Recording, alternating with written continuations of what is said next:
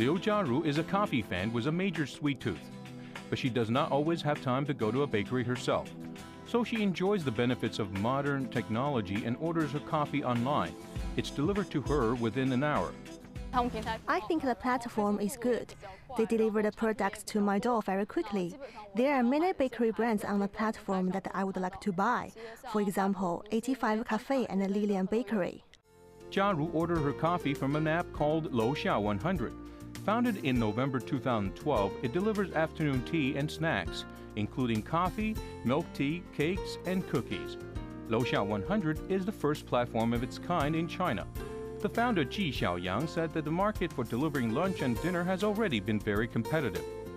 The afternoon tea market seemed like a better choice and it offered profitable returns. We found that the price per transaction is relatively high in the afternoon tea market. So the profits are high, which is suitable for developing delivery services. It's the business with real profits, unlike delivery service of meals. In the bakery industry, the profit margins of coffee, desserts and milk tea exceed 80%. Western-style food is relatively expensive. You will find that the price of most coffee is more than 25 yuan. So is milk tea. The average price per transaction is around 80 yuan. If you order Chinese-style meals, for example a boxed lunch, it's only 20 yuan. Ji's family has been working in the bakery industry for more than a decade and runs around 30 bakery stores in Changshu City. The family business gives Ji Xiaoyang more opportunities to know about the industry. He realized the benefits of an O2O platform could bring to the traditional bakery industry. Last year, average spending on baked goods in China was about $23 per person. That's much less than that of the US and European countries, and even less than Japan and South Korea. But growth over the past 5 years was more than 10% every year. The market potential is huge. Most of the expenses from bakeries are incurred on weekends and holidays. That's not because people don't want to have desserts on weekdays. It's simply because they are stuck in the office.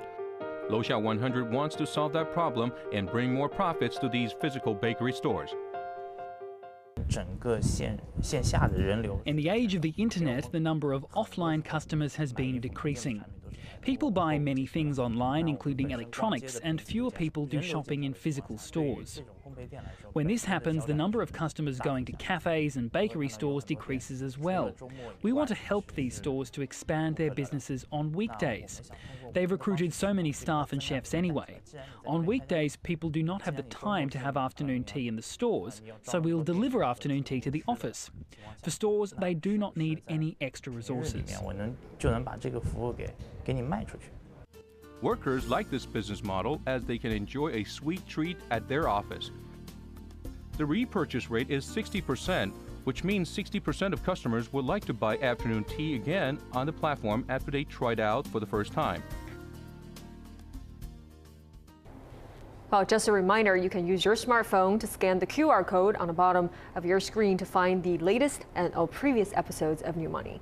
And to begin today's discussion, Professor Jia Ning joins me in the studio. She's the Deputy Director at the China Business Case Center at Tsinghua University. So thank you very much for joining us today, Professor Jia. Thanks, Let me ask you, this Loxia 100, right? How can it differentiate itself from other delivery services, especially those meal delivery services that we're so familiar with? Right. Well, that's a great question, Tracy. I think the company is trying very hard to differentiate itself from other players in this market, especially along the following several dimensions. One is the fact that the company focuses on the niche market. As you just mentioned, the general food delivery O2O business in China, this market has been very much concentrated. So it has gone from a blue ocean now to a red ocean. So Loxia 100 potentially differentiates itself by focusing on the niche market, which is dessert and afternoon tea. And the nice thing about afternoon tea is even though the frequency of order is lower compared to lunch boxes, but if you look at the price for every order and the margin on every order is actually substantially higher compared to lunch box. So we're looking at 50 to 60 RMB per order on high tea versus 20 to 30 for every lunch box. That's right. So from a financial perspective, this is actually good for the business.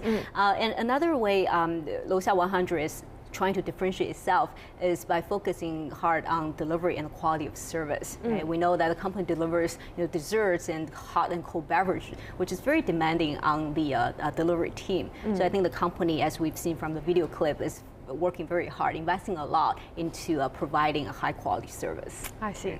Professor Jia, so tell me, the founder of Losha 100, right? He himself, his family owns a bakery business. So why doesn't he just simply extend his bakery business online? Why does he start a business to actually help other bakeries deliver their goods? Yeah, I think that's an interesting question, Tracy. I think when the founder started this business, what he had in mind is to launch a platform that enables other bakery lines to sell through this platform. So basically, I think he was thinking about something like Taobao, right? Which basically is a platform that enable other vendors to sell through the platform. And if you look at the type of clients that Losha 100 is serving, there are three main types. So the first type are these offline national sort of bakery chains like 85C and 一之多. And these are basically offline operations. So, and they have very little presence online. So they're basically leveraging Losha 100 as their online sales channel. And the second type of clients Losha 100 is serving is those high-end bakeries. They are more expensive. They mostly target sort of white-collar workers, people who work in high-end commercial buildings. Their offline stores tend to get more orders during weekends, when these people are not working in the office. So they're working, partnering up with Losha 100 to basically enable them to access these clients during the weekdays.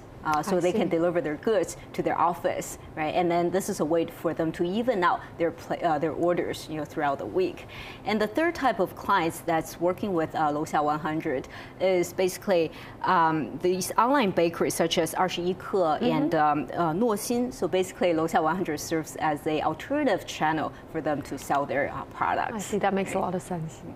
So, Professor Jia, it's normal to eat your meals every day, but you're not going to want to eat desserts every day. So, dessert delivery services, it's going to be really hard to generate enough volumes, don't you think? Yeah, well, I think so, Tracy. I think, well, given dessert is a niche market, so there is a cap as to how much volume we can push for. But, from a financial perspective, there are really two ways you can increase profitability.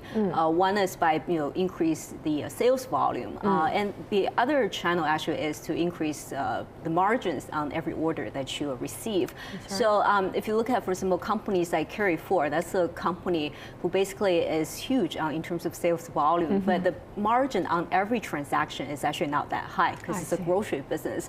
But on the other hand, give you another example, which is Starbucks. This is a company where the gross margin on every cup of coffee it sells is actually pretty high. It's about 50%. Wow. Right? So even though the volume within Starbucks may not be as high as, say, Carrefour, but in terms of the overall profit, I think they're relatively comparable in the sense that one basically increases sales volume, the other one increases profit, the margins. I see. That makes a lot of sense.